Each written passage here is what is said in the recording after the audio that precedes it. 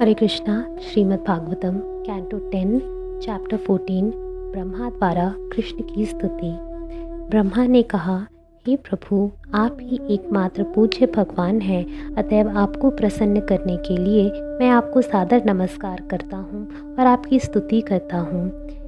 हे ग्वाल नरेश पुत्र, आपका दिव्य शरीर नवीन बादलों के समान गहरा नीला है। आपके वस्त्र बिजली के समान देदीप्यमान हैं और आपके मुखमंडल का सौंदर्य गुंजा के बने आपके कुंडलों के तथा सिर पर लगे मोरपंख से बढ़ जाता है। अनेक वन फूलों तथा पत्तियों की माला पहने तथा चराने की छड़ी, लकुटी, श्रृंग और वंशी से सज्जित आप अपने हाथ में भोजन का कौर लिए हुए सुंदर रीति से खड़े हुए हैं। हे परम, ना तो मैं ना ही अन्य कोई आपके इस दिव्य शरीर के सामर्थ्य का अनुमान लगा सकता है। जिसने मुझ पर इतनी कृपा दिखाई है, आपका शरीर आपके शुद्ध भक्तों की इच्छा पूरी करने के लिए प्रकट होता है। यद्यपि मेरा मन भौतिक कार्यकलापों से पूरी तरह विरा है, तो भी मैं आपके साकार रूप को नहीं समझ पाता। तो भला मैं आपके ही अंतर में आपके द्वारा अनुभूत सुख को कैसे समझ सकता हूँ। जो लोग अपने प्रतिष्ठित सामाजिक पदों पर रहते हुए ज्ञान विधि का तिरस्कार करते हैं और मन, वचन और कर्मों से आपके तथा आपके कार्यकलापों के गुणगान के प्रति सम्मान व्यक्त करते हैं और ताप तथा आपके द्वारा गुंजित इन कथाओं को में अपना जीवन न्योछावर कर देते हैं, वे निश्चित रूप से आपको जीत लेते हैं। अन्यथा आप तीनों लोकों में किसी के द्वारा भी अजेय हैं। हे प्रभु, आत्म साक्षात्कार का सर्वोत्तम मार्ग तो आपकी ही भक्ति है। यदि कोई इस मार्ग को त्याग करके ज्ञान के अनुशीलन में प्रवृत्त होता है, तो उसे क्लेश उठाना होगा और वांछित फल भी नहीं मिल पाएगा। जिस तरह थोती भूसी को पीटने से अन्न गेहूँ नहीं मिलता, उसी तरह जो केवल चिंतन करता है उसे आत्म साक्षात्कार नहीं हो पाता। उसके हाथ केवल क्लेश लगता है। हे सर्वशक्तिमान, भूतकाल में इस संसार में अनेक योगी जनों ने अपने कर्तव्य निभाते हुए तथा अपने सारे प्रयासों को आपको अर्पित करते हुए भक्ति पद प्राप्त किया है। हे अच्युत, आपके श्रवण तथा कीर्तन द्वारा संपन्न ऐसी भक्ति से वे आपको जान पाए और आपकी शरण में जाकर आपके परम धाम को प्राप्त कर सके। किंतु अभक्त गण आपके पूर्ण साकार स्वरूप में आपका अनुभव नहीं कर सकते। फिर भी हृदय के अंदर आत्मा की प्रत्यक्ष अनुभूति द्वारा वे निर्विशेष ब्रह्म के रूप में आपका अनुभव कर सकते हैं। किंतु वे ऐसा तभी कर सकते हैं जब वे अपने मन तथा इंद्रियों को सारी भौतिक उपाधियों तथा इंद्रिय विषयों के प्रति आसक्ति से शुद्ध कर लें। केवल इस विधि से ही उन्हें आपका निर्विशेष स्वरूप प्रकट हो सकेगा। समय के साथ विद्वान दार्शनिक या विज्ञानी पृथ्वी के सारे परमाणु, हिम के कण या शायद सूर्य, नक्षत्र तथा ग्रहों से निकलने वाले ज्योति कणों की भी गणना करने में समर्थ हो सकते हैं। किंतु इन विद्वानों में ऐसा कौन है जो आप में अर्थात पूर्ण पुरुषोत्तम परमेश्वर में निहित असीम दिव्य गुणों का आकलन कर सके। ऐसे भगवान समस्त जीवात्माओं के कल्याण के लिए इस धरती पर अवतरित हुए हैं। हे प्रभु, जो व्यक्ति अपने विगत दुष्कर्मों के फलों को धैर्यपूर्वक सहते हुए तथा अपने मन, वाणी तथा शरीर से आपको नमस्कार करते हुए सत्य निष्ठा से आपकी अहेतुकी कृपा प्रदत्त किए जाने की प्रतीक्षा करता है, वह अवश्य ही मोक्ष का भागी होता है, क्योंकि यह उसका अधिकार बन जाता है। हे प्रभु, मेरी अशिष्टता को ज़रा देखें। आपकी शक्ति की परीक्षा करने के लिए मैंने अपनी मायामयी शक्ति से आपको आच्छादित करने का प्रयत्न किया, जबकि आप असीम तथा आदि परमात्मा हैं, जो मायापतियों को भी मोहित करने वाले हैं। आपके सामने भला मैं क्या हूँ? विशाल अग्नि की उपस्थिति में मैं एक छोटी चिंगारी की तरह हूँ। अतएव हे अच्युत भगवान, मेरे अपराधों को क्षमा कर दें। मैं रजोगुण से उत्पन्न हुआ हूँ और स्वयं को आपसे पृथक स्वतंत्र नियंता मानने के कारण मैं निरामूर्ख हूँ। अज्ञान के अंधकार से मेरी आंखें अंधी हो चुकी हैं, जिसके कारण मैं अपने को ब्रह्मांड का अजन्मा सृष्टा समझ रहा हूँ, किंतु मुझे आप अपना सेवक माने और अपनी दया का पात्र बना लें। कहाँ मैं अपने हाथ के 7 बालिशतों के बराबर एक शूद्र प्राणी जो भौतिक प्रकृति, समग्र भौतिक शक्ति, मिथ्या अहंकार, आकाश, वायु, जल तथा पृथ्वी से बने घड़े जैसे ब्रह्मांड से घिरा हुआ हूँ, और यहाँ आपकी महिमा आपके शरीर के रोमकूपों से होकर असंख्य ब्रह्मांड उसी प्रकार आ जा रहे हैं जिस तरह खिड़की की जाली के छेदों से धूल कण आते जाते रहते हैं।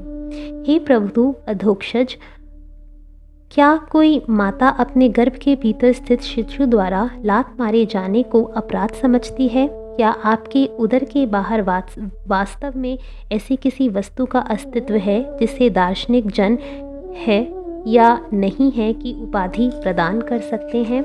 हे प्रभु, ऐसा कहा जाता है कि जब प्रलय के समय तीनों लोग जलमग्न हो जाते हैं तो आपके अंश नारायण जल में लेट जाते हैं। उनकी नाभि से धीरे धीरे एक कमल का फूल निकलता है और उस फूल से ब्रह्मा का जन्म होता है। अवश्य ही ये वचन झूठे नहीं हैं, तो क्या मैं आपसे उत्पन्न नहीं हूँ? हे परम नियंता, प्रत्येक देहधारी जीव के आत्मा तथा समस्त लोकों के शाश्वत साक्षी होने के कारण क्या आप आदि नारायण नहीं हैं? निसंदेह भगवान नारायण आपके ही अंश हैं, और वे नारायण इसलिए कहलाते हैं क्योंकि ब्रह्मांड के आदि जल के जनक हैं। वे सत्य हैं, आपकी माया से उत्पन्न नहीं हैं। हे प्रभु, यदि संपूर्ण ब्रह्मांड को शरण देने वाला आपका यह दिव्य शरीर वास्तव में जल में शयन करता है, तो फिर आप मुझे तब क्यों नहीं दिखे जब मैं आपको खोज रहा था, और तब क्यों आप सहसा प्रकट नहीं हो गए थे, यद्यपि मैं अपने हृदय में आपको ठीक से देख नहीं पाया था। हे प्रभु, आपने इसी अवतार में यह सिद्ध कर दिया है कि आप माया के परम नियंत्रक हैं। यद्यपि आप अब इस ब्रह्मांड के भीतर हैं, किंतु सारा ब्रह्मांड आपके दिव्य शरीर के भीतर है। आपने इस तथ्य को माता यशोदा के समक्ष अपने उदर के भीतर ब्रह्मांड दिखलाकर प्रदर्शित कर दिया है।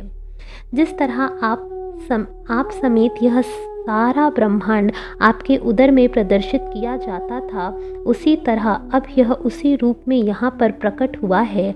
आपकी अचिंत्य शक्ति की व्यवस्था के बिना भला ऐसा कैसे घटित हो सकता है?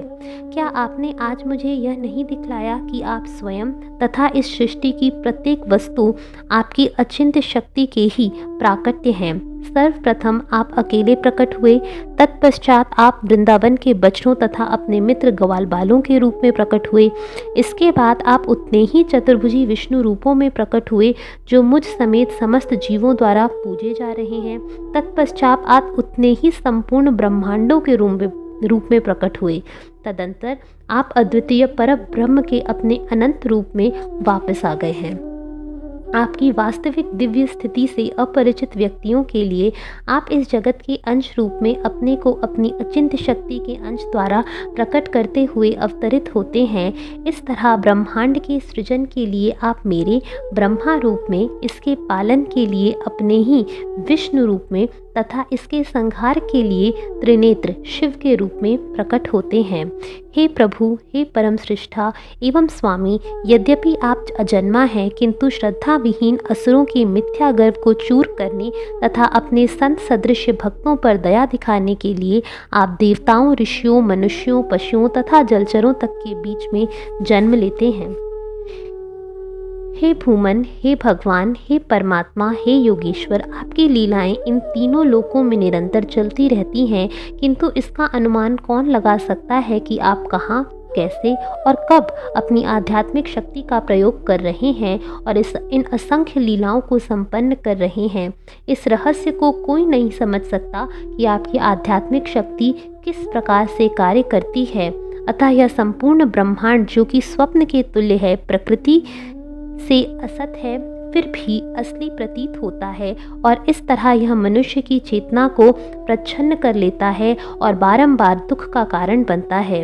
यह ब्रह्मांड सत्य इसलिए लगता है क्योंकि यह आपसे उद्भूत माया की शक्ति द्वारा प्रकट किया जाता है, जिनके असंख्य दिव्य रूप शाश्वत सुख तथा ज्ञान से पूर्ण है।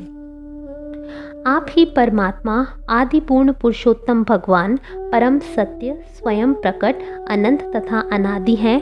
आप शाश्वत तथा अच्युत, पूर्ण अद्वितीय तथा समस्त भौतिक उपाधियों से मुक्त हैं।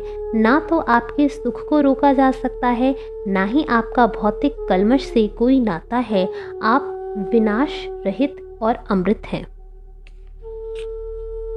जिन्होंने सूर्य जैसे आध्यात्मिक गुरु से ज्ञान की स्पष्ट दृष्टि प्राप्त कर ली है, वे आपको समस्त आत्माओं की आत्मा तथा हर एक के परमात्मा के रूप में देख सकते हैं। इस तरह आपको आदि पुरुष स्वरूप समझकर वे माया रूपी भवसागर को पार कर सकते हैं। जिस व्यक्ति को रस्सी से सर्प का भ्रम हो जाता है, वह भयभीत हो उठता है, किंतु यह अनुभव करने पर कि तथाकथित सर्प तो था ही नहीं, वह अपना भय त्याग देता है। इसी प्रकार जो लोग आपको समस्त आत्माओं, जीवों के परमात्मा के रूप में नहीं पहचान पाते, उनके लिए विस्तृत मायामय संसार उत्पन्न होता है, किंतु आपका ज्ञान होने पर वह तुरंत दूर हो जाता है।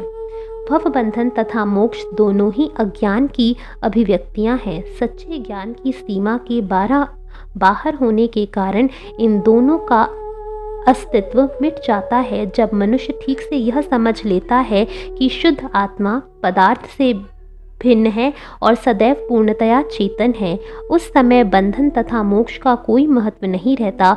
जिस तरह सूर्य के परिप्रेक्ष्य में दिन तथा रात का कोई महत्व नहीं होता।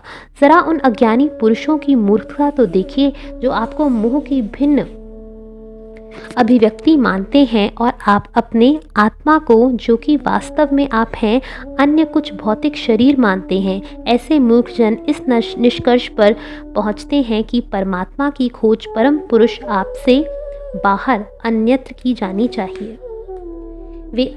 वे अनंत भगवान संत जन आपसे भिन्न हर वस्तु का विस्तार करते हुए अपने ही शरीर के भीतर आपको खोज निकालते हैं। निसंदेह विभेद करने वाले व्यक्ति भला किस तरह अपने समक्ष पड़ी हुई रस्सी की असली प्रकृति को जान सकते हैं, जब तक वे इस भ्रम का निराकरण नहीं कर लेते कि यह सर्प है। हे प्रभु, यदि किसी पर आपके चरण कमलों की लेश मात्र भी कृपा हो जाती है, तो वह आपकी महानता को समझ सकता है। किंतु जो लोग भगवान को समझने के लिए चिंतन करते हैं, वे अनेक वर्षों तक वेदों का अध्ययन करते रहने पर भी आपको जान नहीं पाते। अतः हे प्रभु, मेरी प्रार्थना है कि मैं इतना भाग्यशाली बन सकूं कि इस जीवन में ब्रह्मा के रूप में या दूसरे जीवन में जहाँ कहीं भी जन्म लूं, मेरी गणना आपके भक्तों में हो।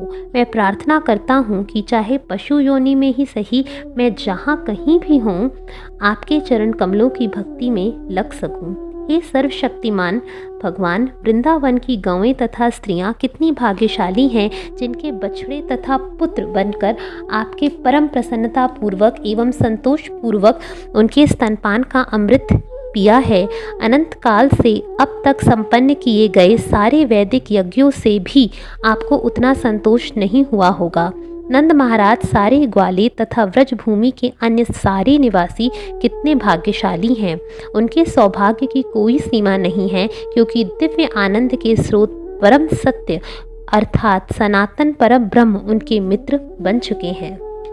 वृंदावन के इन वासियों की सौभाग्य सीमा का अनुमान नहीं लगाया जा सकता।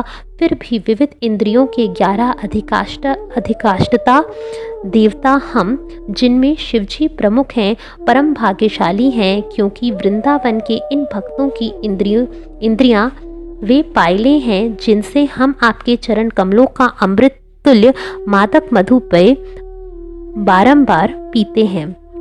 मेरा संभावित परम सौभाग्य यह है कि मैं गोकुल के इस वन में जन्म ले सकूं और इसके निवासियों में से किसी के भी चरण कमलों से गिरी हुई धूल को अपने सिर का अभिषेक करूं। उनका सारा जीवन सार पूर्ण पुरुषोत्तम भगवान मुकुंद हैं, जिनके चरण कमलों की धूल की खोज आज भी वैदिक मंत्रों में की जा रही है। मेरा मन मोहग्रस्त होता जाता है जब मैं यह सोचने का प्रयास करता हूँ कि कहीं भी आपके अतिरिक्त अन्य कोई पुरस्कार, फल, क्या हो सकता है। आप समस्त वरदानों के साकार रूप हैं जिन्हें आप वृंदावन के ग्वाल जाति के निवासियों को प्रदान करते हैं।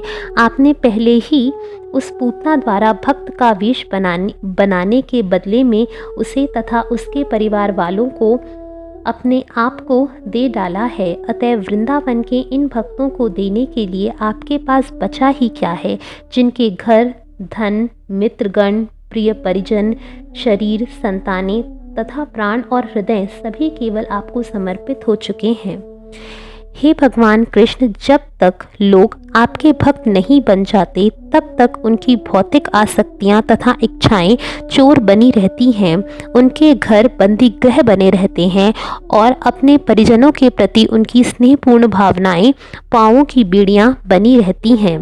हे स्वामी, यद्यपि भौतिक जगत में आपको कुछ भी लेना देना नहीं रहता, किंतु आप इस धरा पर आकर अपने शरणागत भक्तों के लिए आनंद भाव की विविधताओं को विस्तृत करने के लिए भौतिक जीवन का अनुकरण करते हैं।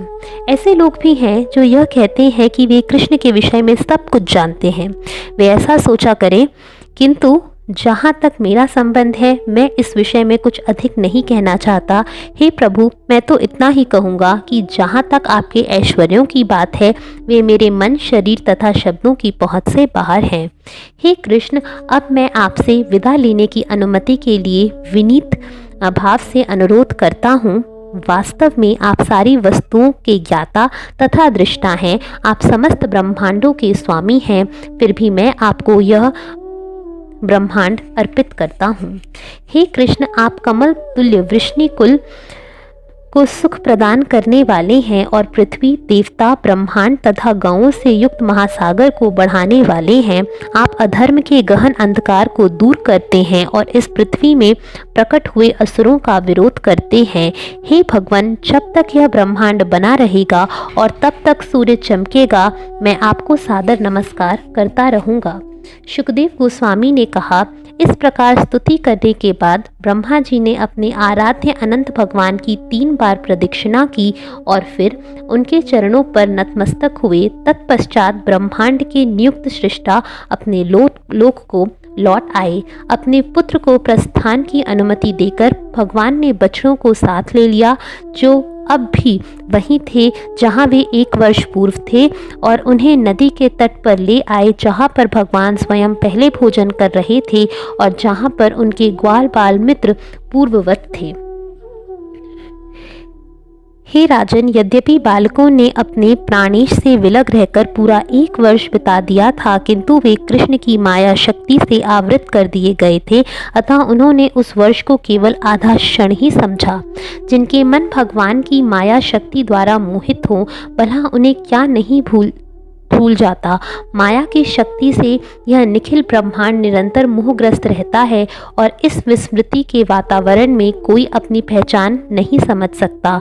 ग्वाल मित्रों ने भगवान कृष्ण से कहा, तुम इतनी जल्दी आ गए, तुम्हारी अनुपस्थिति में हमने एक कौर भी नहीं खाया, आओ और अच्छी तरह से अपना भोजन करो। तत्पश्चात भगवान ऋषिकेश ने हंसते हुए अपने गोप मित्रों के साथ अपना भोजन समाप्त किया। जब वे जंगल से व्रज में स्थित अपने घरों को लौट रहे थे तो भगवान कृष्ण ने ग्वाल बालों को अघासुर अजगर की खाल दिखलाई। भगवान कृष्ण का दिव्य शरीर मोर पंखों तथा फूलों से सजा था और जंगल के खनिजों में रंगा हुआ था, और बांस की उनकी वंशी उच्च एवं उल्लासपूर्ण स्वर में गूंज रही थी। जब वे बछड़ों का नाम लेकर पुकारते तो उनके ग्वाल मित्र उनकी महिमा का गान करते और सारे संसार को पवित्र बना देते। इस तरह कृष्ण भगवान अपने पिता नंद महाराज की चारागृह में प्रविष्ट हुए। उनके सौंदर्य पर दृष्टि पड़ते ही समस्त गोपियों की आंखों के लिए एक महोत्सव सा उत्पन्न हो गया। व्रजग्राम पहुंचते ही बालकों ने गुणगान किया, आज कृष्ण ने एक विशाल सर्प मारकर हम सबों को बचाया है। कुछ बालकों ने कृष्ण को यशोदा नंदन के रूप में तो कुछ ने नंद महाराज के पुत्र के रूप में बखान किया। राजा परीक्षित ने कहा, हे ब्राह्मण, ग्वालों की पत्नियों में एक पराये पुत्र कृष्ण के लिए ऐसा अभूतपूर्व शुद्ध प्रेम किस प्रकार उत्पन्न हुआ? ऐसा प्रेम जिसका अनुभव उन्हें अपने पुत्रों के प्रति भी नहीं उत्पन्न हुआ, कृपया मुझे बतलाइए। श्री सुखदेव गोस्वामी ने कहा, हे राजन, प्रत्येक प्राणी के लिए स्वयं ही सर्वाधिक प्रिय होता है। संतान, धन इत्यादि अन्य समस्त वस्तुओं की प्रियता केवल आत्म प्रियता के कारण है। अतएव इसलिए हे राजाओं में श्रेष्ठ देहधारी जीव आत्म केंद्रित होता है। वह संतान, धन तथा घर इत्यादि वस्तुओं की अपेक्षा अपने शरीर तथा अपनी ओर अधिक आसक्त होता है। हे राजाओं में श्रेष्ठ, जो लोग शरीर को ही अपना सर्वस्व मानते हैं, उनके लिए वे वस्तुएं जिनका महत्व शरीर के लिए होता है कभी भी शरीर जितनी प्रिय नहीं होती। यदि मनुष्य शरीर को मैं ना मानकर मेरा मानने की अवस्था तक पहुंच जाता है तो वह निश्चित रूप से शरीर को अपने आप जितना प्रिय नहीं मानेगा। यह कारण है कि शरीर के जीर्ण शीर्ण हो जाने पर भी जीवित रहते जाने की आशा प्रबल रहती है। इसलिए हर देहधारी जीव को अपना स्वात्म ही सर्वाधिक प्रिय है और इसी की तुष्टि के लिए यह समस्त चराचर जगत विद्यमान है। तुम कृष्ण को समस्त जीवों की आदि आत्मा करके जानो। वे अपनी अहेतुकी कृपावश समस्त जगत के लाभ हेतु सामान्य मानव के रूप में प्रकट हुए हैं। ऐसा उन्होंने अपनी अंतरंगा शक्ति के बल पर किया है। इस जगत में जो लोग भगवान कृष्ण को यथा रूप में समझते हैं, वे समस्त चर या अचर वस्तुओं को भगवान के व्यक्त रूप में देखते हैं। ऐसे प्रबुद्ध लोग भगवान कृष्ण से परे अन्य किसी यथार्थ वास्तविकता को नहीं मानते। प्रकृति का आदि अव्यक्त रूप समस्त भौतिक वस्तुओं का स्रोत है और यहाँ तक कि इस सूक्ष्म प्रकृति के स्रोत तो भगवान कृष्ण हैं, तो भला उनसे पृथक किसको कहा जा सकता है? दृश्य जगत के आश्रय एवं मुर राक्षस के शत्रु मुरारी के नाम से प्रसिद्ध भगवान के चरण कमल रूपी नाव को जिन्होंने स्वीकार कर लिया है, उनके लिए यह भव सागर बछड़े के खुर चिन्ह से भरे जल के समान है। उनका लक्ष्य परम पदम अर्थात वैकुंठ होता है, जहाँ भौतिक विपदाओं का नामो निशान नहीं होता, ना ही पग पग पर कोई संकट होता है। चूँकि आपने मुझसे पूछा था, इसलिए मैंने भगवान हरि की उन लीलाओं का संपूर्ण वर्णन किया जो उन्होंने अपनी आयु के 5वें वर्ष में संपन्न की थी, किंतु 6ठा वर्ष लगने तक प्रशस्त नहीं हुई थी।